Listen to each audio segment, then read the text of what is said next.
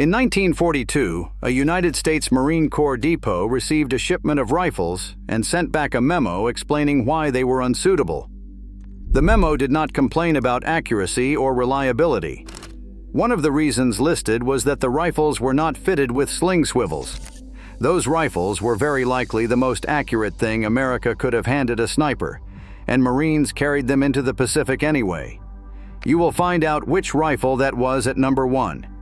Number 6 was good enough that the Marine Corps built exactly 52 of them by hand, and then sold every single one to civilians at auction.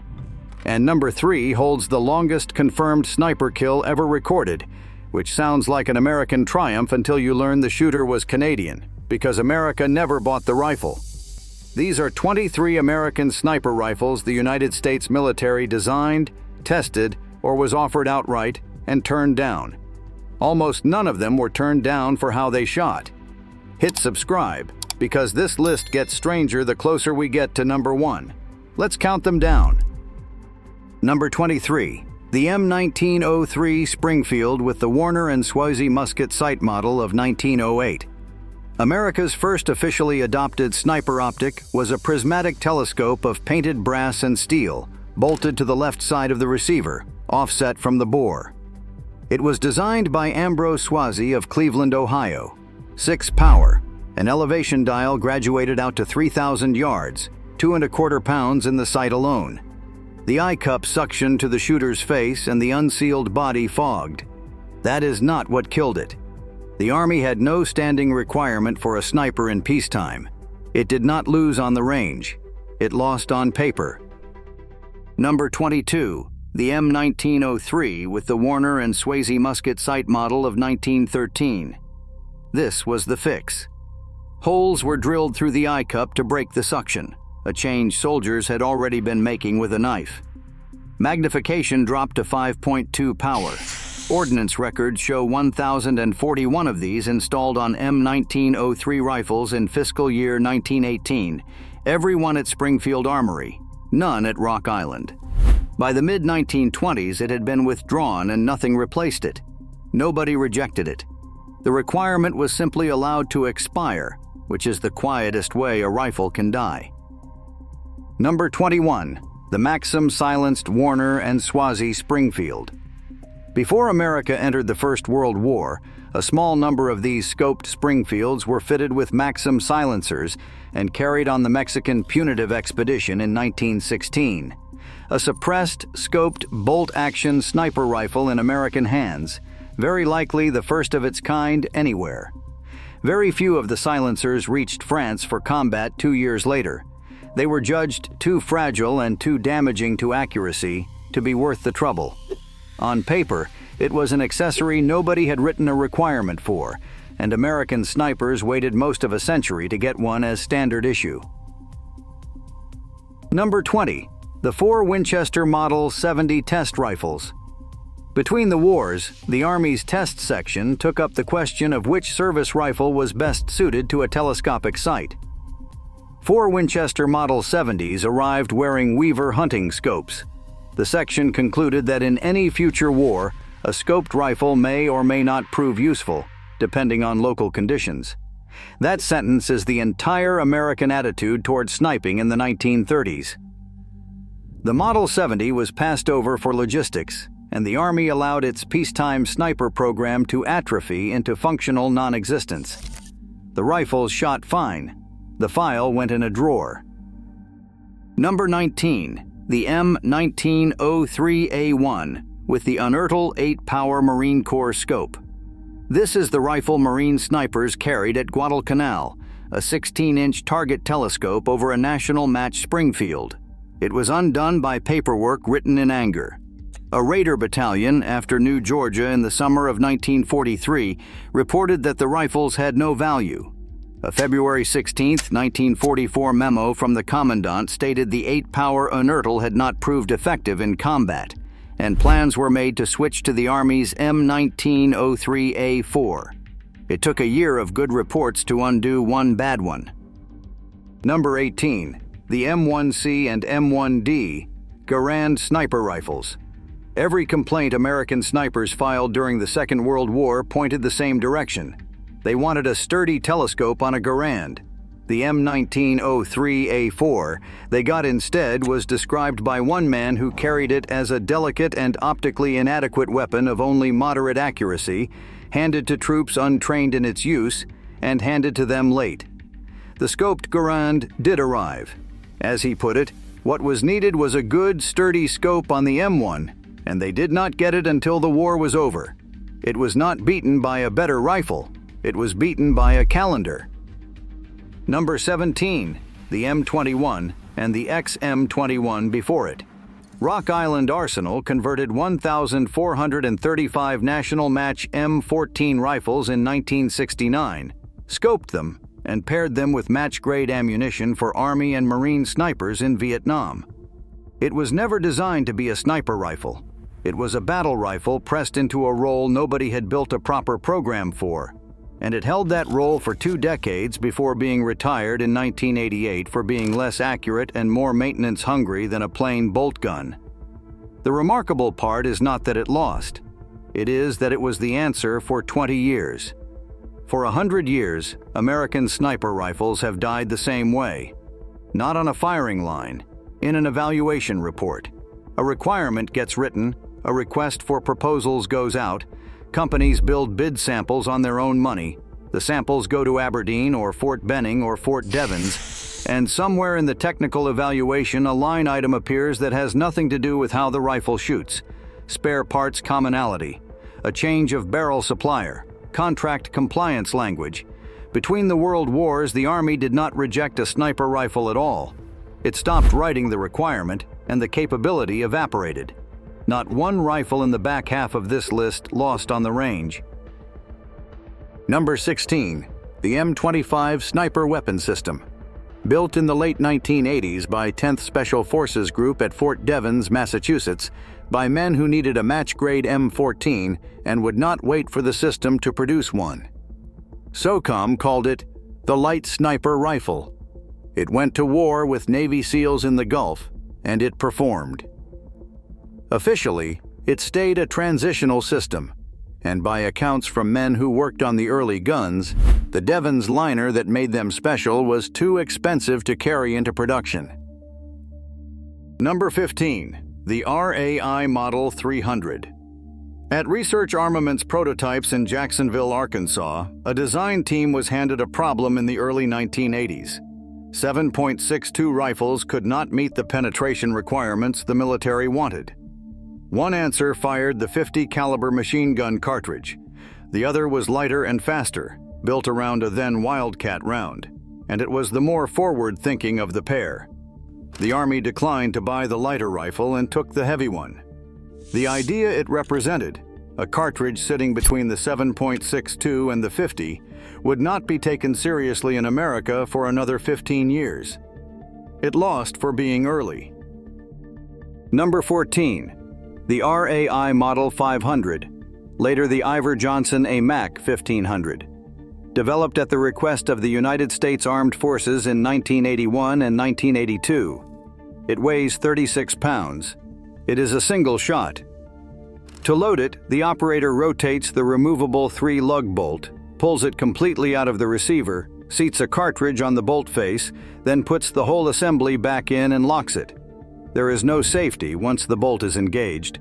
This rifle opened the American door for every .50 caliber anti-materiel rifle that followed, including every Barrett you have ever seen. Its own design was sold to Daisy, then Iver Johnson, and ended in bankruptcy court. The gun worked.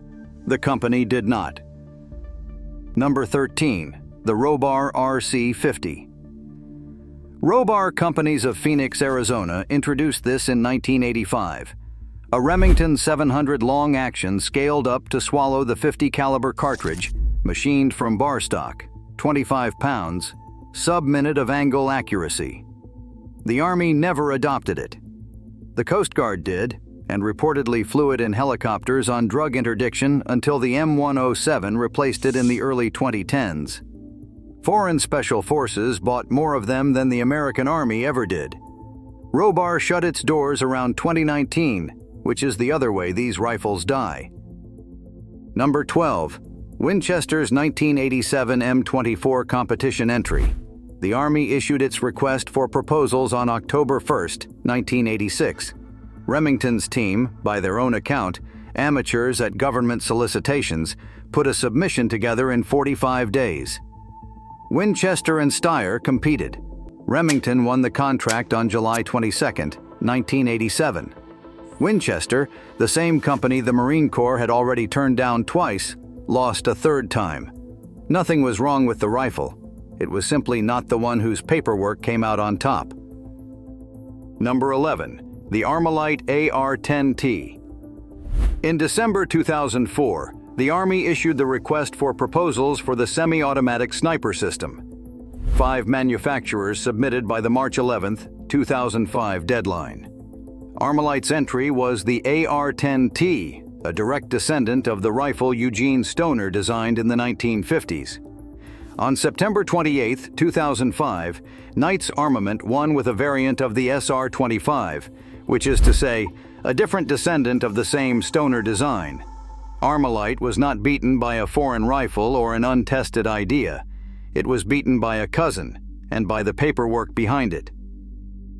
Number 10. The DPMS Panther Arms SAS entry. That same competition came down at the end to 2 finalists. Knights and the Remington Military Products Division working with DPMS Panther Arms. DPMS made the last pairing in a 5-way field for a contract that would arm every Army sniper, spotter, and designated marksman, and walked away with nothing. Knight's rifle became the M110. Then look at what winning was worth. The Army kept buying M24 bolt guns from Remington until February 2010 anyway, and the M110 never did fully replace the rifle it had been chosen to replace. Here is what actually kills an American sniper rifle. Not the group size, the tail. Who makes the spare barrels? Who trains the armorers? Whether a maintenance manual exists at all? Look at what happens without that tail. 52 of the finest bolt guns the Marine Corps ever fielded went out with no training program and no maintenance plan attached, and they were gone inside a decade. Now look at what happens with it. A rifle can be flatly less accurate than its competitor and still win, because it feeds off a supply chain that already exists. The men doing the shooting rarely get a vote. These rifles do not lose on the range. They lose in the annex nobody reads. Number 9. The American entries in the CSAS competition. By 2014, the Army wanted the M110 made shorter and lighter. 8 bids came in. Knight's Armament, the incumbent whose rifle the requirement had been written around, submitted a compact version of its own gun. The other finalists were LMT and FNH. On March 31, 2016, the winner was announced, and it was the Heckler & Koch G28, a German rifle, worth up to $44.5 million for as many as 3,643 units. Knights issued a statement congratulating the winner and noting that the requirements had been pioneered by their own products in the field, which was true and which was worth nothing. Number 8. The Barrett XM 500. Unveiled at the NDIA Small Arms Symposium in 2006, a Bullpup 50 caliber rifle, gas-operated, with a 10-round magazine behind the trigger, 26 pounds, 46 inches long. The barrel does not recoil the way the M82's does, which should mean better accuracy in a package 10 inches shorter than the rifle it was meant to supplement. It was developed primarily for the American Armed Forces. As of January 2026, there is no publicly available evidence it ever entered real production. No trials record, no cancellation notice. It simply stops appearing in the file, which is its own kind of answer. Number 7. The Barrett XM109 Objective Sniper Weapon.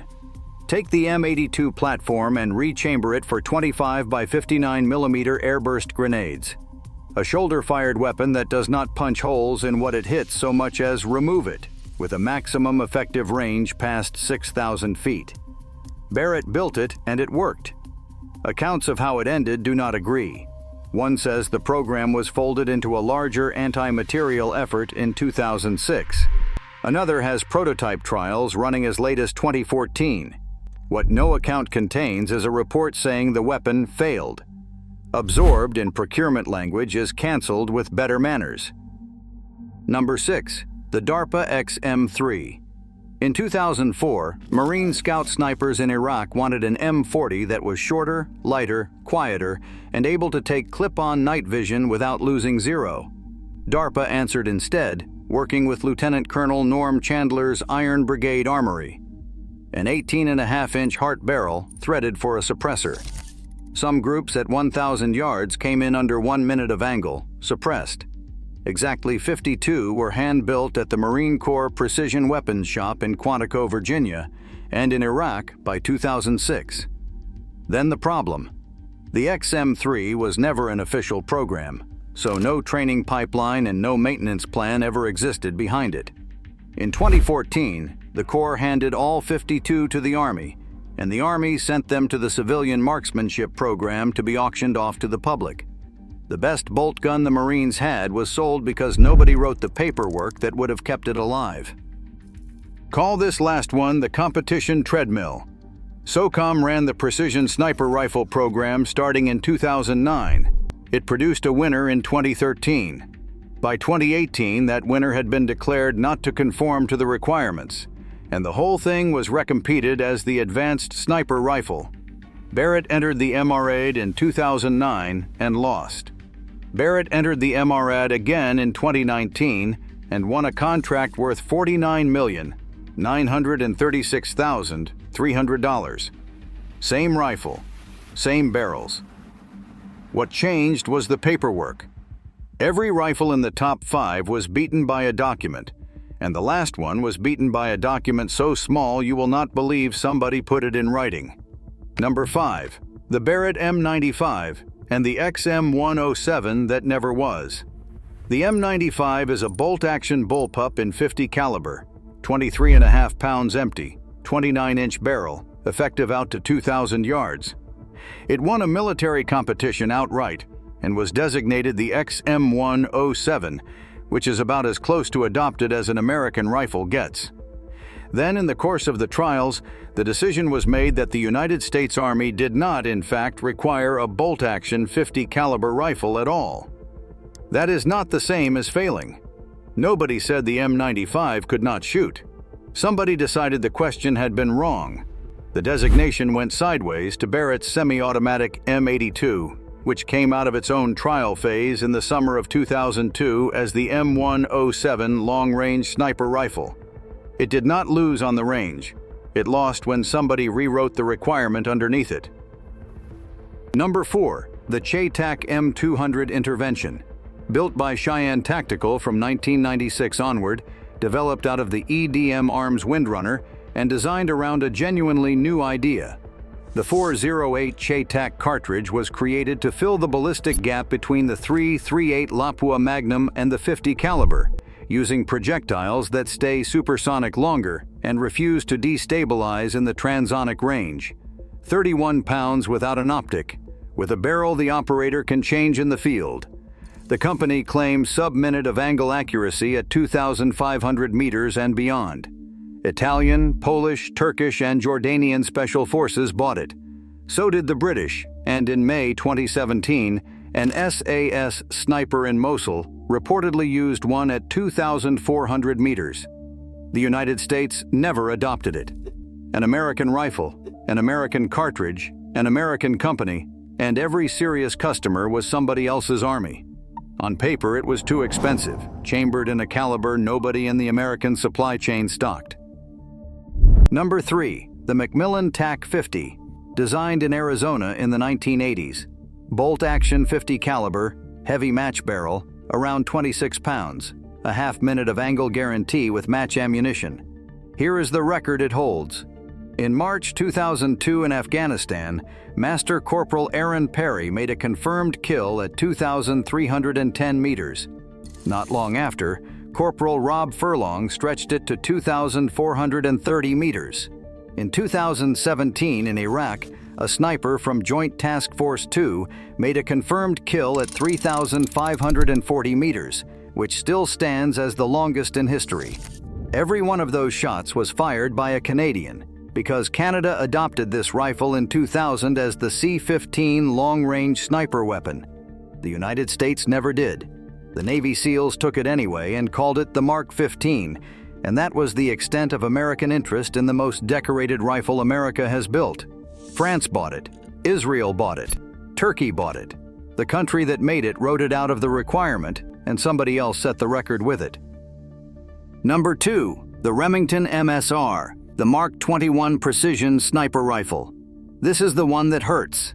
SOCOM opened the Precision Sniper Rifle solicitation on January 15, 2009, looking to replace every bolt-action sniper rifle in special operations with one modular Magnum caliber system. Remington built the MSR for it. Quick-change barrels, multi-caliber, sub-minute of angle, capable past 1,500 meters. On March 7, 2013, it won, beating the Sako TRGM-10 and Barrett's MRAD. The contract came that September. $79,717,783.28. Up to 5,150 rifles and 4,696,800 rounds over 10 years. It became the Mark 21. Then in 2018, the Mark 21 was found not to conform to SOCOM requirements, and the program was recompeted. In 2019, the Barrett MRAD, the rifle it had beaten 6 years earlier, won instead. Remington filed for bankruptcy in 2020. This one did not lose on the range. It won on the range, signed the contract, and lost on paper anyway. Number 1, the Winchester Model 70. By the early 1940s, it was the standard against which every American bolt-action rifle was measured. Two members of the Marine Corps Equipment Board, Captain George Van Orden and Chief Gunnery Sergeant Calvin Lloyd, wrote a 72-page report titled Equipment for the American Sniper, concluding the Model 70 with the Unertle 8-power telescope was the best combination available. The board recommended 1,000 of them. 373 shipped on May 29, 1942. Winchester wrote to the quartermaster that July, offering 1,944 more. The depot response is why this rifle is at number 1. The rifles were declared not suitable for general service use, and among the reasons listed was that they were not fitted with sling swivels. The memo stated that the 1,047 Springfields sniper rifles already on hand were believed superior in accuracy and durability. They were not. Lieutenant Colonel Merritt Edson asked for Model 70s for his 1st Raider Battalion and was refused. Marines who owned them carried them into the Pacific without authorization rather than take the approved rifle. And in 1951, asked again for Korea, the Marine Corps stated flatly that there was no requirement for a special rifle for use by snipers. The most accurate rifle in America turned down twice, one of the reasons being a pair of missing sling swivels. 23 rifles, 110 years, and almost none turned down for the reason you would expect. The Mark 21 won its competition outright and still ended up on the wrong side of a compliance review. Look at what actually did the killing. A supply chain, a training pipeline, a requirement quietly allowed to lapse, a memo about sling swivels. The only reason we know these names is that the men doing the shooting kept picking these rifles up after the paperwork said not to, because a sniper does not care what the annex says. He cares about the target. 23 of them. One shot at 1,000 meters. Which one do you want in your hands? Tell me in the comments and subscribe, because next time we are going after the ones that were never supposed to leave the building.